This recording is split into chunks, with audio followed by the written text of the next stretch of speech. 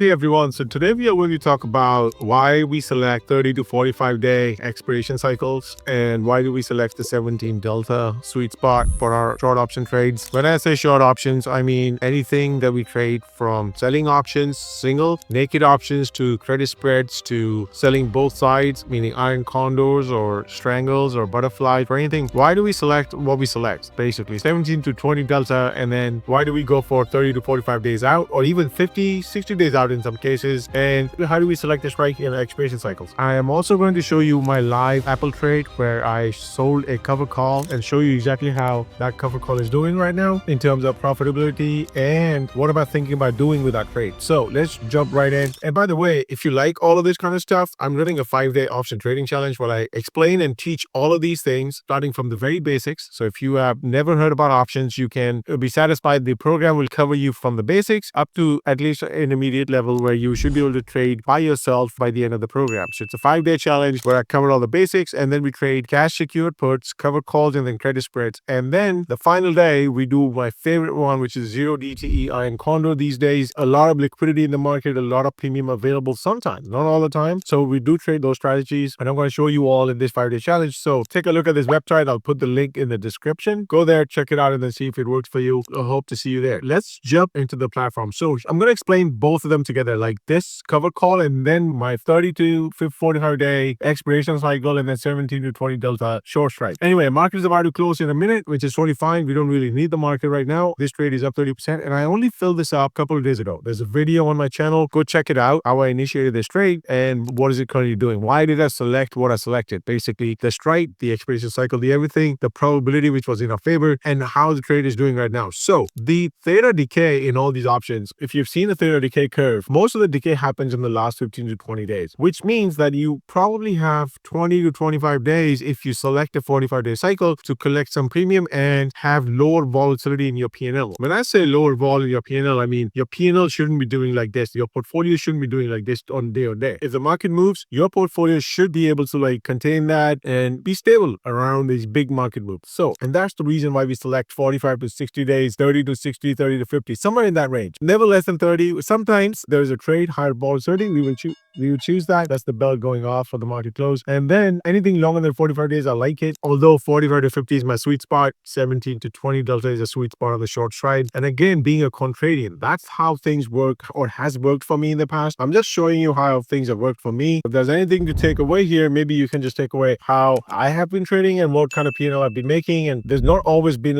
good trades, profitable trades. Again, the way we trade, there's only a 70 to 75% chance that we will be profitable. The other 25% obviously is the other side. So that's when we lose the money. So not all trades have been, rosy trades, but most of our trades, like I said, probabilities play out when there's, the numbers game. When you trade small and you good few number of contracts, what I mean by that is good few number of trades, not balloon up your number of contracts in one trade. Then you're concentrating risk into one position, which we don't do. We like to diversify our risk overall across multiple positions, multiple days to expiration, multiple cycles, multiple strike prices, that kind of diversification in the overall portfolio. So anyway, this Apple trade was initiated maybe a week ago, maybe even less. On that day, the market was up quite a bit. So I've been holding a position since Apple was 200. Okay. Now I'm trying to make some extra income on it. The market was trading around 270 at the time, maybe a little bit less, but then I'm also willing to let the stock go away from me at 300. So I bought it at 200. I'm letting it go at 300. That's my price target. And therefore, for that reason, I selected the strike of 300. If I'm not willing to let it go at 300, I would not select 300. The way I would trade a cover call is the strike that you are willing to let the stock go away at is where your short strike should be pinned at. Now you know where your short strike is. Okay, fine. Another way of looking at it is, yes, let's say you did select a short strike where you were letting it go, but now your sentiment has changed. You think it's still bullish. Anyway, not a problem. You can just close the cover call out. You close the short call out in this cycle, move it out in the further cycle, 60 days out, 90 days out, and select your other different strike, which is further out. Anyway, the reason to tell you that is the market was up quite a bit on that day. So that's when we selected short call it. We sell calls in an up market. We sell puts in the down market. You can go and check all my videos on the channel. That's how I've been trading, and then you will see some profitable trades there. You will see most of the trades have been profitable. I do post some obviously negative trades as well. It's part of the trading, it's part of the journey, but you can go and check 100% of our positions are being contraded in the market. We sell where the juice is. So when the markets are down, the premium is juicier in these puts, we sell puts. When the market is up, the call side is juicier, we sell the call side. Anyway, so Apple was up that day. We sold, I think it was around 280. I'm not sure. I think we sold it around this mark. There's an exact video on the channel you can check, but I think we sold it here when it was trading around here, 280-ish probably. We selected 300 on that day, and now the market is down. It's down to 100 basis points, 104 basis points, down $3. It's still up 11% for the year, which is totally fine. But if I want to, I can take this cover call out. It still has 60 days left. I can take this out, and then I can move it to the next, to the next cycle. That's 30% in a few days. Now you can recycle this cash. You can recycle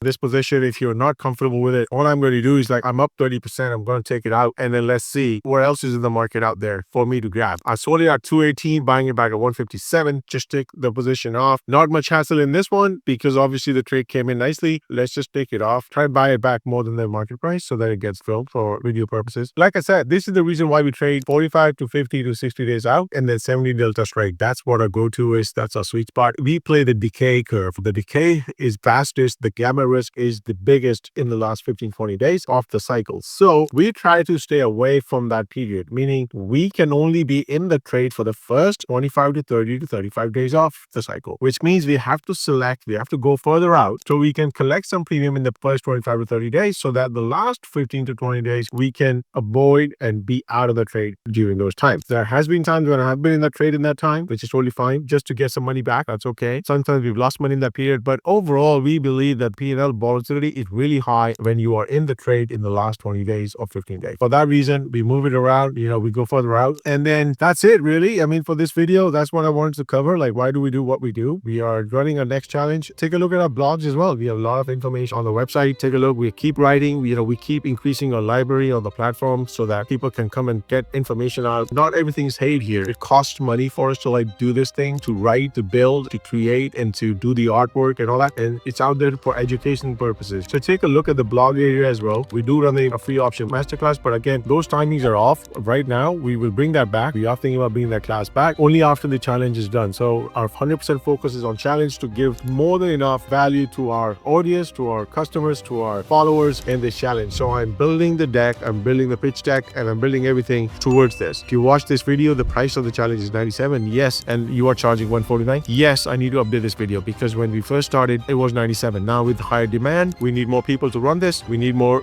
content to go out for. So for that reason, the price has been increased and it is 149 right now. 100% money back. If you don't like it, just email us. We get all of it back. No questions asked. If you have any questions, any queries, anything that you would like me to make content on, just drop me a message on YouTube or drop me an email. There's an email address on our website everywhere on each page. Just drop me an email. I personally respond to these emails. Okay. Thank you very much for watching. Bye-bye.